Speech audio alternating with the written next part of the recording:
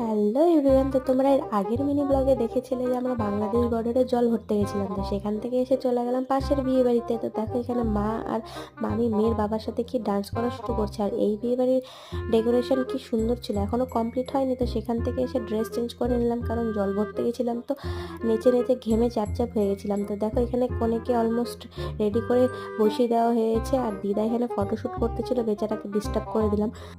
তো আমি এখানে কনেকে দান দিয়ে দিলাম, আর ফটোশ্যুট না করলে হয় নাকি। তো আমি বসে পড়লাম কনের সাথে কয়েকটা ফটো তোলার জন্য।